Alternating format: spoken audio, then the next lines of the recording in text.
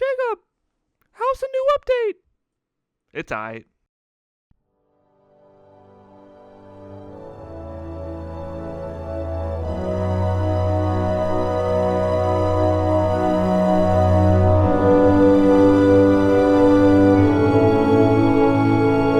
Now, I'm not going to sit here with the megaphone in my hand saying that the update is horseshit, because it isn't.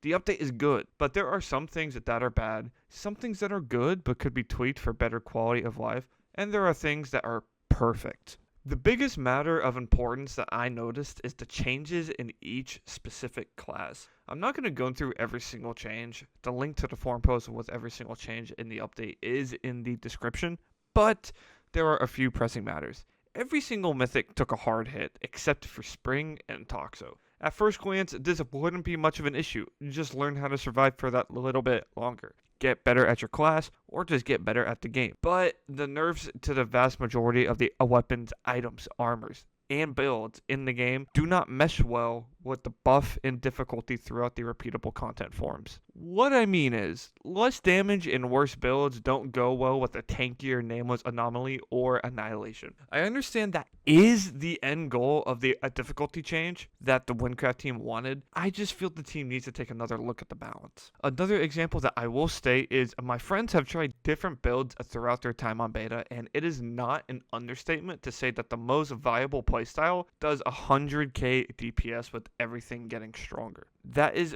a very big difference to the old 200 to 300k DPS that was so very common. This was the biggest nitpicky section, and I'll actually get into it again later in the video, but there's one more section that deserves a deep dive. Raids. I have a lot to say about the raids, but I will try my best to keep it short and sweet. There is only one good raid in this update, and that's Nexus of Light. They made Nexus of Light perfect. Obviously, there's a bug in the second room that insta-kills you for the rest of the raid before boss, but other than that, I am absolutely floored by how a raid that was so worthless turned into the most enjoyable part of this update by far. I just wish Nest of the Grootslag and the Nameless Anomaly held up. TNA's difficulty curve from the base game is something that should really be looked at again. Day 1 beta TNA was the hardest thing I have ever tried to complete in any MMORPG game. Granted, it got changed because it's beta, but it was still something that should not have been there in the first place. They nerfed Greg's health in day 2 from 31 mil to 21 mil, but the raid as a whole should probably be nerfed a little bit more. The Cryo Terror and Light should probably not have 11 mil health. It's not a difficult fight by any means. It just slows completions down a lot when Light is in the room of rotation. But other than that, either make the current difficulty the quote-unquote guild raid difficulty, or just simply nerf the tankiness of some mobs in this raid. It's bogging it down a lot, but other than that, it's still the same old TNA. Now, Nest of the Grootslag is something that I was expecting to be awesome. And it is. If you're flying in the boss fight when the Grootslag is dying, the Grootslag will instantly fly upwards, and infinitely. If this happens, it is only killable if there's an acrobat in the party, because a Jasmine Bloom is the only thing that can actually damage it. One of the things about raids that were changed, besides the rooms and the bosses, were the buffs. I feel the changes for NOTG and Nexus of Light were fantastic changes. Those buffs are very, very good, and honestly, probably a bit too good. But alas, TNA's buffs are not very good at all. There are even more debuffs in the raids than there were previously, and it does not seem enticing at all to pick them up. Also, for instance, the Sojourner and Insidious buff was mainly used to increase your spell damage, mana regeneration, and mana steal. Sometimes your sprint regeneration or sprint. Now, only one of the 3 possible buffs for each of them, to my knowledge, grants a spell damage increase. Not to mention the nerf that all other raid buffs got. In Fated 3, really? Minus 10 Rainbow? Really? That's kind of all I got on the raids. I love the replay ability of them and how quick the reward chests reroll. Just taking another look at those 2 raids and tweaking a few things, and they will be perfect replayable forms of content. The next thing is going to be combining the travel scroll change and the world event addition to the update. Scrolls are interesting. I think the cooldown per charge is a bit too long, but other than that, I like it. I have one problem with it though. How are you supposed to get from one side of the map all the way to the other side if all your scroll charges are gone before a world event starts? Seems pretty impossible, right? Well, you have these fast travels that are littered around the map. Even with those fast travels, it's impossible to go from one to the other, which is why I'm suggesting maybe getting rid of the scroll charges to like 10 minutes to 5 minutes. Just, it doesn't need to be like a fraction of an hour. That's way too long.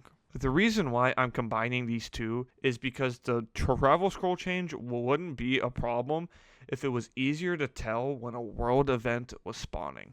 Currently, the only way to tell if it's spawning is A, an admin shouts it, or B, you open your content book to figure out where the world events are and then proceed accordingly. I personally suggest a notification like a world event is starting in X minutes near X city. It will be such a quality of life change and make world events much easier to find. Same thing with Annihilation, a global announcement when it's X minutes away. Now onto the actual world events themselves. I love them. I love this content that you can simply stumble upon by complete accident. I've actually already triggered one of the world events by complete accident, which I found pretty funny. But they're pretty easy to avoid if you're actually looking at your monitor. I wish the loot you gained from them was worth it though. Maybe change the loot tool to have an increased fail chance and a slim chance of dropping a mythic that's around the level of the world event that you're participating in. Otherwise, if you're max level, there's really no point in doing it otherwise to 100% your character. Still, they're really cool though. I love to see better loot added for replayability. Annihilation is cool. I personally only beaten him once because the boss does not do any favors for Acrobat players, but I love the premise and the difficulty. The strategies I see in public at Discord for Annihilation is really interesting, and I'm happy they added something that gets those gears turning. Okay, I've yapped a lot already. I don't want to yap too much. I got another video I want to push out by the end of the week while grinding the hell out of beta, so I'm going to very quickly go over the things that I think are perfect. Canon of the Lost loot running is perfection. Thank you. Fucking thank you. It's glorious. I think for the people who don't use OneTails, the new beacon locations are a bit hard to see and locate. That's such a nitpick. I was figuring out where the locations are on my first run through with minimal issues. Also, thank you for fixing the demolition derby cave. I think that's fantastic. Aspects are absolutely broken. I love how grindable they are, and I like how often they reset, so there's a higher chance of being able to grind for one that you want. There are obviously a few of them that outshine others as most items go in MMORPG, but I really like them. I look forward to updates and changes to them in the future. A fantastic addition. Much better than tomes are now. Tomes are not good anymore. The quality of life changes, in my opinion, are all perfect except for scrolls. Party Finder, soul points being removed, sprinting without the cost of mana, and the health bars for enemies are phenomenal. There really isn't much to say about any of them. Anyone who plays the update can most likely agree that these 4 small yet impactful changes are something that will cause less of a headache for newer players and for veteran players. And lastly, of what I deem to be perfect additions to this update, besides NOL, because I've already stated it was perfect, is the AI change. Salted and team, you guys should be extremely proud. This makes this game come alive in ways that most people never would have thought be possible. It looks unbelievably fluid, and that's truly all there is to say. The potential and future of this change is only up, and I'm beyond excited to see the game be completed with this at some point. Now the video you guys have probably all been waiting for. My biggest disappointments of the update and the hope of change in the future. I've already talked about a TNA, which when released was my biggest disappointment by far. But since it's being changed and reworked, my opinion will most likely change the more runs I do of it. So I won't be talking about it again. But I'm quite saddened by Dungeons. Dungeons was the one thing that I was constantly talking about to my friends, to my stream. I was super excited for Dungeons of the most out of this update, and I think they fell extremely short. I was hoping for level scaling, quite like how it is with raids, for replayability and for difficulty. I would also like to see all the dungeons have the new AI change in the future, but that one, only time will come with that, as the plan for the AI is to passively progress it throughout the entire game, and dungeons are a part of the game, so like obviously it's going to like go to like the entire game. But throughout all of that, the only dungeon that truly feels hard is Eldritch Outlook, and that's because it's just difficult, and the boss fight cheeses are actually patched now. But please, I hope it's considered in the future for dungeons that have level scaling, like raids, so they can be enjoyed by people of all classes, or have forgery scale to level and keep the base dungeons the same. Whichever one makes more sense for the content team and for the longevity of the server. My last big disappointment, which I talked about earlier in the video, is without a doubt the nerfs that weapons and classes got in the indirect buff to tank build. Now, I understand. The game is starting to head in the direction of more difficulty. Honest to God, a fantastic change. Everyone can agree the game was too easy before. Like, for example, I shouldn't have been able to pump out 4 no armor raid completions in the span of 3 weeks. But now, with that no armor raid in mind, that seems pretty much impossible now, which is a good thing. But I feel the nerf of most damage archetypes,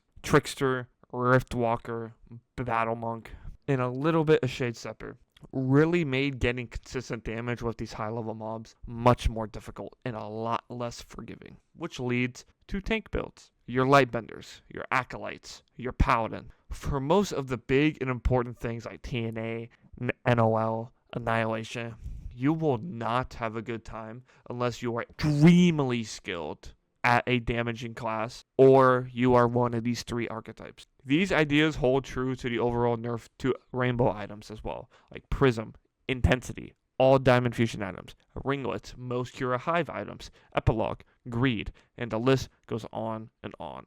All got worse in some way, make it rainbow builds that much less viable. Rainbow was available for a quality build, being able to use a lot of things while still having bulk and tanky properties. Tangent aside, I feel the difficulty is completely fine and the health of the monsters are completely fine, but the damage nerfs make it not viable in the slightest to use anything that's not a tank build in the 2 biggest instances in the game. If I mention any bugs in this video, that's because it's beta, and beta is always buggy. They are destined to change, and they really did not impact much of the ranking that I did and my opinions on them. They are bugs. It's okay. Just like how O-Line has talked about bugs for an hour on the dev live stream. They are bugs. Thank you guys so much for listening to my opinions. Keep in mind that these are opinions on what I think should be changed before a 2.1 is officially a release. Also, keep in mind that I am solely an Acrobat main, so my opinions were formed from observing others and playing the game with tanks, DPS, and pretty much every archetype throughout the beta.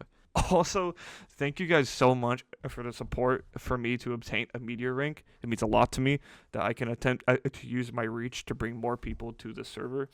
All boss altars, no armor, comes out sometime this week, so be on the lookout. Follow my Twitch, obviously, because I need to plug my shit. I'm famous now, guys. Like, come on. And goodbye.